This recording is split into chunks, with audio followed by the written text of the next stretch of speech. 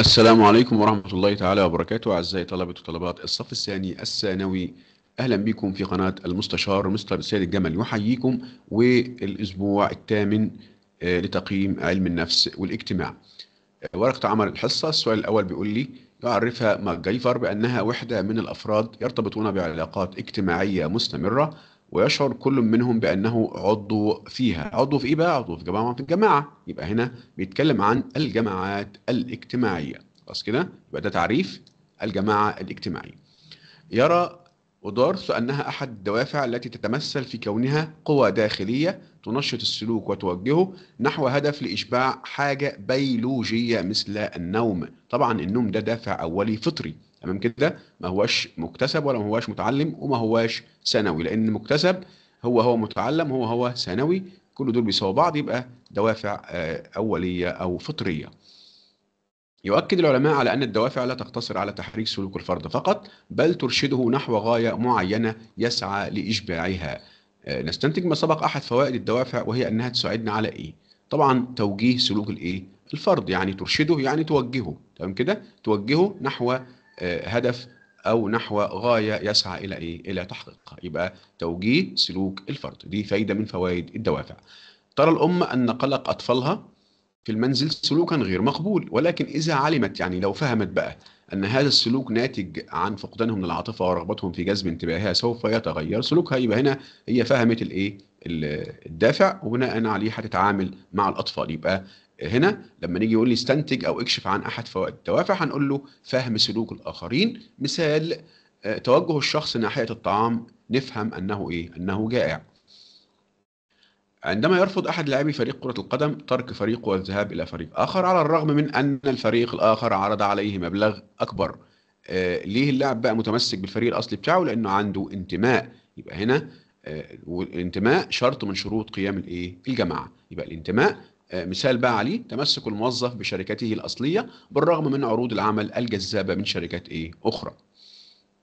بعد كده الواجب الأسبوعي: يعرفها جونسون بأنها مجموعة من الأفراد يتفاعلون بطريقة منظمة لتحقيق أهداف مشتركة. طبعا ده تعريف الجماعة الاجتماعية. تمام. طيب، يصفها موراي بأنها نظام من القوى الغريزية التي تهدف إلى حفظ بقاء الفرد واستمرار حياته. يجسد ما سبق إحدى أنواع الدوافع، وهي الدوافع الإيه؟ طالما بتحفظ بقاء الفرد، يبقى طبعا الدوافع الفطرية أو الإيه؟ أو الأولية. الرياضي الذي لديه دافع للفوز يداوم على التدريب رغم التعب حتى يصل إلى الفوز في المسابقة. يلخص ما سبق إحدى فوائد الدوافع، وهي أنها إيه؟ بالرغم أنه هو تعبان، ولكنه بيستمر في الإصرار والعزيمة والتحدي عشان يصل إلى إيه؟ إلى هدفه. يبقى الدوافع بتساعد على استمرار السلوك. السؤال اللي بعده: يؤكد علماء النفس على أن الدوافع تزيد المثابرة وتحسن أداء الفرد وتشعره بالرضا عن مساعي نفس الإيه؟ القصة بعد السؤال اللي فات، وتساعد على استمرار السلوك. مثال: الطالب الذي لديه دافع للتفوق يستمر في مضاعفة مجهوده رغم تعثره في مادة معينة، ولكنه عنده دافع، فلازم يستمر عشان يحقق هذا الدافع. السؤال اللي بعده: قام أحد المعلمين بعمل جروب على الواتس لطلابه حتى يتمكن من التواصل معهم ومشاركتهم فيديوهات الشرح والأسئلة. احنا بنسميها مواقع التواصل الاجتماعي. التواصل يعني تفاعل، يبقى هنا ده شرط من شروط قيام الجماعة، وهو وجود درجة من أشكال أو من درجات الإيه؟ التفاعل بين الأعضاء. وجود درجة من التفاعل بين الأعضاء أو وجود شكل من أشكال التفاعل بين الأعضاء. بعد كده التقييم الأسبوعي: يعرفها كونت بأنها الخلية الأساسية في البناء الاجتماعي التي تتكون منها المجتمعات الأكبر. طبعا هنا بيتكلم عن الجماعة الاجتماعية.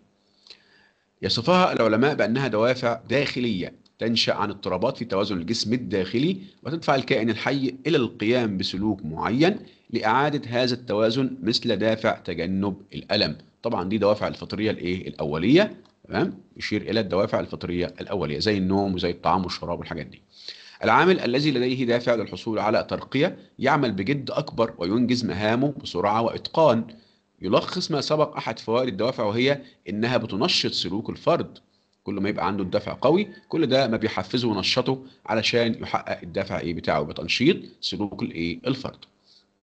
إن السلوك الإنساني ليس ظاهرة عفوية تحدث نتيجة الصدفة، وإنما تخضع لنظام معين. فكلما ازدادت معرفتنا بالظروف البيئية السابقة والحالية، أصبحت قدرتنا على التوقع بالسلوك أسهل وأدق. توقع يبقى هنا بيتكلم عن التنبؤ، ده فايدة من فوائد الدوافع، التنبؤ بالسلوك. مثال: الطالب المتفوق في الرياضيات نتوقع له دخول كلية الهندسة. السؤال الثاني: يؤكد علماء الاجتماع على أن الجماعة الاجتماعية تقوم على مجموعة من قواعد السلوك والاتجاهات التي تدور حولها محاولات الجماعة للتوحيد بين أفرادها. قواعد سلوك واتجاهات يعني معايير وقيم مشتركة، تمام؟ كل أفراد الجماعة بيلتفوا حواليها، يبقى وجود أهداف وقيم ومعايير مشتركة. المجموعة ب يعرفها علماء الاجتماع بأنها تجمع بين أو تجمع من أو تجمع من الأفراد يتفاعلون وجها لوجه عبر وسائل التواصل الاجتماعي أو اتصال، وتربطهم مصالح وقيم وأنشطة مشتركة. طبعا دي أفراد الجماعة، بتكلم عن الجماعة الاجتماعية، تمام؟ أكدت الأبحاث أن دافع الجوع يدفع الإنسان لتناول الطعام عندما ينخفض مستوى الطاقة والسكر في الدم. ده بيتكلم هنا عن الدوافع الفطرية، تمام كده، أو الأولية، وبالتحديد الفسيولوجية. خلاص؟ طيب، الطالب الذي لديه دافع النجاح والتفوق لا يدرس أي مادة عشوائيا، بل يوجه جهده للمذاكرة من أجل التفوق في الامتحان. يبقى هنا دي فايدة من فوائد الدافع، انها بتوجه سلوك الفرد نحو تحقيق الهدف. السؤال اللي بعده: يصفها علماء النفس بأنها دوافع عامة يشترك فيها جميع أفراد المجتمع وتنتقل عن طريق الوراثة ولا يحتاج الفرد إلى تعلمها أو اكتسابها. يبقى هي مش متعلمة أو ما هياش مكتسبة، يبقى إذن هي فطرية أولية زي دافع النوم. يؤكد العلماء أن الجماعة الاجتماعية تقوم على التأثير المتبادل. تأثير متبادل يعني تفاعل، بحيث يؤثر كل منهما في الآخر ويتأثر به، وتصبح بذلك استجابة إحداهما مثيرا للآخر. يبقى هنا الأخذ والعطاء أو التبادل، التأثير المتبادل، ده اسمه تفاعل، وجود درجة من درجات التفاعل بين الأعضاء، وده شرط أساسي لقيام أي جماعة اجتماعية. المجموعة الأخيرة يعرفها خبراء الاجتماع بأنها مجموعة من الأفراد، برضو مجموعة من الأفراد تجمعهم علاقات وأهداف وقيم مشتركة بتحدد سلوكهم وتفاعلهم مع بعضهم البعض. برضو ده تعريف الجماعة الاجتماعية. تعد أحد أنواع الدوافع التي تدفع الكائن الحي للابتعاد عن مصادر الألم أو الخطر للحفاظ على حياته، كسحب الشخص يده عند ملامسته لجسم ساخن. ده دوافع أولية فطرية، تمام؟ رقم 3: المعلم الذي يعرف أن بعض طلابه لديهم دافع للإنجاز يشجعهم بالمكافآت والتقدير، مما يجعل الطلاب يشاركون بنشاط ويحققوا أهداف التعلم. هنا المعلم ده بيشرف على مجموعة من الطلاب، يبقى هنا الدوافع مهمة جدا جدا لمن يشرف على مجموعة أفراد زي المدرس، زي مدرب الكورة، ومهمته ان هو يشجعهم ويحفزهم، يبقى وظيفة تحفيزية لمن يشرف على مجموعة من الأفراد. أثبتت الدراسات النفسية أن الدوافع تلعب دورا في تحسين كفاءة الأشخاص أثناء عملهم، فهي تساعدهم على تحديد النقاط المحددة التي يحتاجها الفرد والمجتمع، مما يساهم في تحقيق الأهداف المشتركة.